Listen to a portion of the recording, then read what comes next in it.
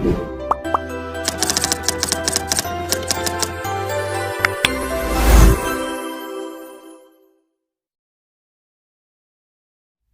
teman-teman, bertemu lagi dengan saya di channel belajar bahasa Jepang Nihongo Oke. Sebelumnya saya ucapkan minal aidin wal faidin, mohon maaf lahir dan batin. Dan kali ini saya akan melanjutkan pembahasan bab 35 Minano Nihongo 2 lagi. Seperti apa pembahasannya? Ja, ishoni benkyou shiyou. 先生から僕は君を探し始めたよその不近所な笑い方をめがけてやってきたんだよ Oke teman-teman, di bab 35 kita akan membahas beberapa topik pola kalimat. Yang pertama kita akan membahas tentang pola kalimat jokenke.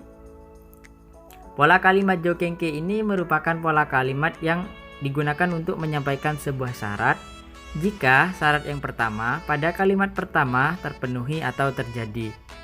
Maka pada kalimat kedua atau kalimat pokoknya juga akan terjadi seperti itu. Nah, ini ada sedikit contoh. Doryoku sureba kanarazu dekimasu. Jika berusaha pasti bisa, seperti itu. Kita contohkan kalimat pertama adalah doryoku sureba.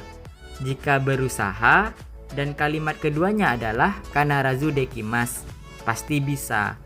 Nah, tadi kan untuk syaratnya adalah jika kalimat pertama terpenuhi. Nah, maka untuk doryoku surebanya ini jika berusahanya harus terpenuhi terlebih dahulu. Nah, pasti untuk kanarazu dekimasnya untuk kalimat kedua pasti akan terjadi, yaitu pasti bisa.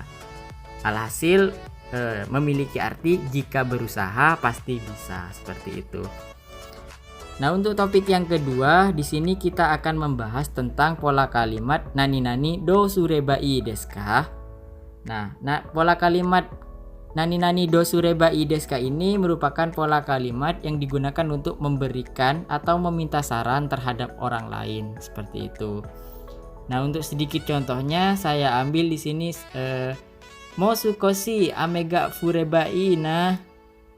Apa lebih enak jika hujannya lebih lama lagi ya, seperti itu. Jadi selain di sini memberikan atau meminta saran terhadap orang lain, di sini untuk pola kalimat nani-nani do surebai desu ka ini menunjukkan suatu harapan si pembicara. Juga memiliki fungsi seperti itu. Jadi jika mengacu pada pola kalimat atau contoh musokoshi ame ga furebai na, di sini untuk harapan si pembicara adalah apa lebih enak jika hujannya lebih lama lagi ya, seperti itu. Dan untuk pembahasan yang terakhir, di sini kita akan membahas tentang pola kalimat nani-nani wa arimasen ka. Pola kalimat ini digunakan ketika si pembicara atau ingin menunjukkan suatu dugaan atau kepastian yang belum diketahui sebelumnya. Jadi ini masih perkiraan atau dugaan sementara, seperti itu. Nah, pola kalimat nani-nani wa arimasen ka ini memiliki pengucapan yang berbeda seperti njanaika. Nah, bedanya apa sih nani-nani wa arimasen ka sama njanaika? Nah, sepertinya sama saja. Cuman untuk untuk yang lebih sopan itu menggunakan nani-nani arimasen ka. Itu merupakan kalimat formalnya. Jika nani-nani njanaika merupakan bentuk informal dari nani-nani wa arimasen, seperti itu. Salah satu contohnya adalah samuina moshikaste yuki ga furun janaika jika teman-teman menggunakan yang informal. Jika teman-teman mau menggunakan yang formal adalah samuina moshikaste yuki ga furuno dewa arimasen ka. Nah, sama saja seperti itu. Nah, artinya di sini dingin ya, aku rasa salju mungkin akan turun, seperti itu. Jadi di sini masih dugaan sementara yang sebelumnya belum diketahui. Nah, biar teman-teman tidak bingung, mari kita simak ulasan berikut ini atau masuk ke topik pembahasan yang lebih ringkas lagi. Nah, untuk pembahasan yang pertama, di sini kita akan membahas tentang jokenke. Seperti yang saya jelaskan di awal, pola kalimat jokenke ini merupakan pola kalimat yang digunakan untuk menyampaikan suatu pengandaian. Ya, kalau bisa kita artikan seperti kalau atau jika yang bersifat bersyarat, seperti itu. Nah, di sini untuk rumus Jokenke sendiri terdiri dari golongan 1, golongan 2, dan golongan 3. Dan kita juga akan membahas tentang kata sifat i dan kata sifat na tentang Jokenke ini. Dan yang pertama di sini kita akan membahas terlebih dahulu untuk yang golongan pertama. Untuk golongan yang pertama seperti biasa yang berakhiran ichiri bimini kigishi kita ubah ke vokal e ditambah ba. Nah, seperti itu. Nah, untuk contohnya di sini ada tachimas yaitu berdiri. Jika diubah ke bentuk Jokenke atau bentuk pengandaian maka akan berubah menjadi tateba seperti itu. Jadi yang awalnya berdiri berubah menjadi jika berdiri atau kalau berdiri seperti itu. Nah, untuk contoh yang kedua di sini ada ikimas pergi. Jika diubah ke bentuk pengandaian maka akan berubah menjadi ikeba jika pergi.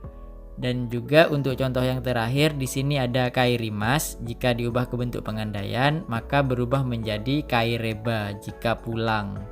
Kairimas pulang, jika diubah ke bentuk pengandaian adalah jika pulang. Kaireba seperti itu.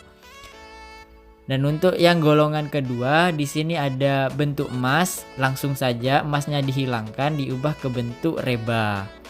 Seperti tabemas. Tabemas merupakan golongan yang kedua. Jika diubah ke bentuk pengandaian maka berubah menjadi tabereba. Jadi emasnya hilang langsung ditambah reba seperti itu. Yang awalnya makan jika diubah ke bentuk pengandaian maka berubah menjadi jika makan.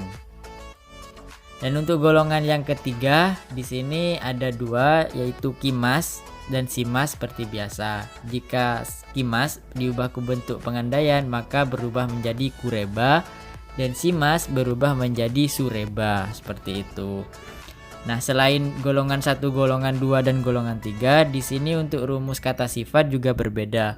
Nah, untuk yang kata sifat i di sini untuk i-nya hilang langsung diubah menjadi kereba. Jadi i-nya dihapus langsung diubah menjadi kereba atau ditambah kereba seperti itu. Nah, seperti contohnya yaitu ada takai. Takai merupakan kata sifat i, jadi i-nya dihilangkan langsung ditambah kereba yaitu menjadi taka kereba jika mahal. Nah, sama juga seperti atarasi. Nah, atarasi di sini merupakan kata sifat i juga. Jika diubah ke bentuk pengandaian maka berubah menjadi atarasi kereba. Nah, i-nya dihapus langsung ditambah kereba. Nah, memiliki arti jika baru. Nah, itu untuk kata sifat i. Dan untuk kata sifat na di sini sama saja, na-nya dihilangkan langsung ditambah nara. Seperti shinsetsuna. Shinsetsuna di sini baik hati. Jika diubah ke bentuk pengandaian maka berubah menjadi shinsetsunara jika baik hati. Dan juga untuk yang terakhir di sini ada murina. Mustahil. Jika diubah ke bentuk pengandaian maka berubah menjadi murinara seperti itu. Dan itu untuk contoh yang untuk golongan 1 dan golongan 2. Dan untuk contoh kalimatnya bagaimana sih? Mari kita simak ulasan berikut ini. Nah, untuk contohnya di sini ada beberapa contoh yang saya tampilkan. Yang pertama di sini yang menggunakan kata kerja. Dan contohnya adalah karega ikeba watashi mo ikimasu. Jika dia pergi, aku pun juga pergi, seperti itu.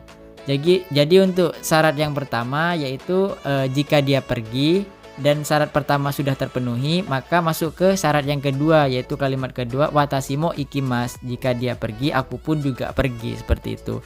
Jadi untuk pembahasan yang eba-eba ini atau jokenke ini, jika syarat pertama sudah terpenuhi, maka kalimat yang kedua akan terjadi, seperti itu. Sama juga dengan contoh yang kedua, di sini ada Sankyu ga gokaku sureba nihong ni ikimasu. Jika lulus N3, saya akan pergi ke Jepang.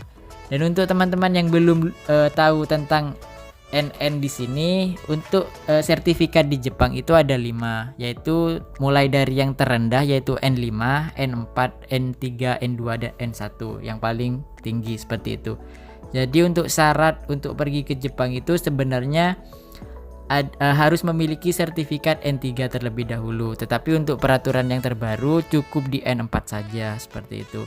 Jadi teman-teman jika sudah memiliki sertifikat N4 maka bisa mengikuti wawancara untuk pergi ke Jepang atau bekerja di Jepang, seperti itu. Nah, kita lanjut untuk contoh berikut ini. Untuk contoh yang selanjutnya di sini ada Rokujini okinakereba kaishani okuremasu. Jika tidak bangun jam 6 maka akan terlambat ke kantor. Nah, di sini ada kata okinakereba. Sebenarnya dari bentuk apa sih? Nah, okinakereba di sini awalnya merupakan bentuk negatif dari okimas. Nah, berhubung di sini merupakan kalimat negatif, maka okimas tersebut diubah ke bentuk okinai. Nah, berhubung okinai merupakan golongan kata sifat i atau kalimat yang berakhiran dengan i, maka i-nya dihapus langsung diganti dengan kereba seperti tadi.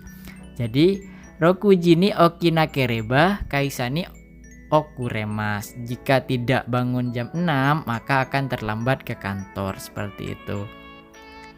Dan untuk yang terakhir di sini ada Himanara surini ikimasenka.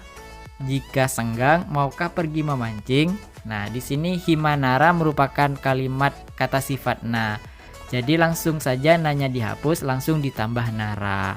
Langsung surini ikimasenka. Jika senggang maukah mau pergi memancing bersama saya? Seperti itu. Dan itu adalah salah satu contoh pola kalimat yang menggunakan kalimat pengandaian. Oke, untuk pembahasan yang kedua di sini kita akan membahas tentang nani do sureba ii desu ka.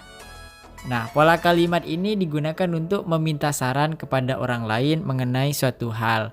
Dan juga seperti yang saya jelaskan di awal, untuk pola kalimat nani do sureba ii desu ka ini juga memiliki fungsi seperti meminta atau berharap sedikit terhadap sesuatu. Atau juga ada harapan seperti itu. Nah, untuk contohnya di sini ada 3 contoh yang saya ambil. Yang pertama ada watashi wa yamani noboritain desu ga do sureba ii desu ka. Saya ingin mendaki gunung, apa yang harus saya lakukan atau bagaimana caranya ya, seperti itu. Jadi sebelum mendaki gunung, di sini teman-teman meminta saran terlebih dahulu. Jadi apa yang harus dilakukan untuk mendaki gunung, perlengkapannya apa saja, caranya bagaimana. Jadi teman-teman meminta saran atau bertanya terlebih dahulu, seperti itu. Nah, untuk contoh yang kedua di sini okanega nain desu ga do sureba ii desu ka. Saya tidak punya uang, apa yang harus saya lakukan, seperti itu. Jadi di sini untuk konsepnya teman-teman sedang kesusahan atau sedang melarat, untuk bahasa Jawanya seperti itu ya.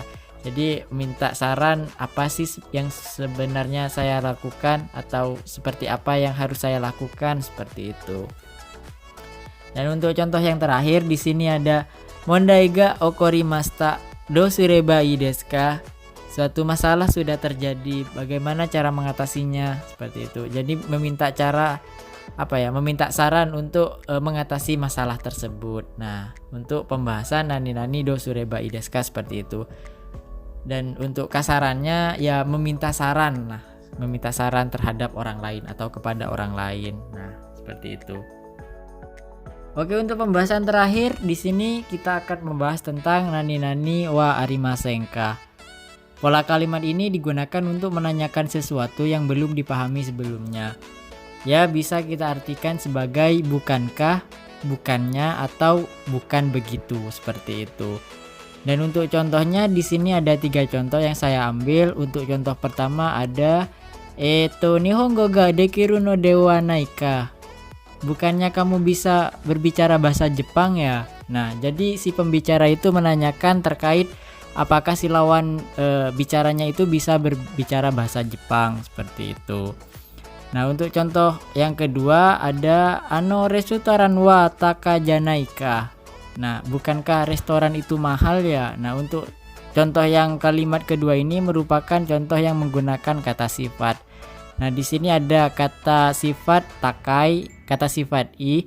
Jadi kalau misalkan bertemu dengan janaika ini, i-nya tetap tidak hilang, langsung ditambah janaika. Nah, untuk contoh yang terakhir di sini ada Suwata hogai dewa arimasen ka? Bukannya lebih baik duduk saja ya? Nah, si pembicara itu bilang untuk lebih baik duduk saja seperti itu.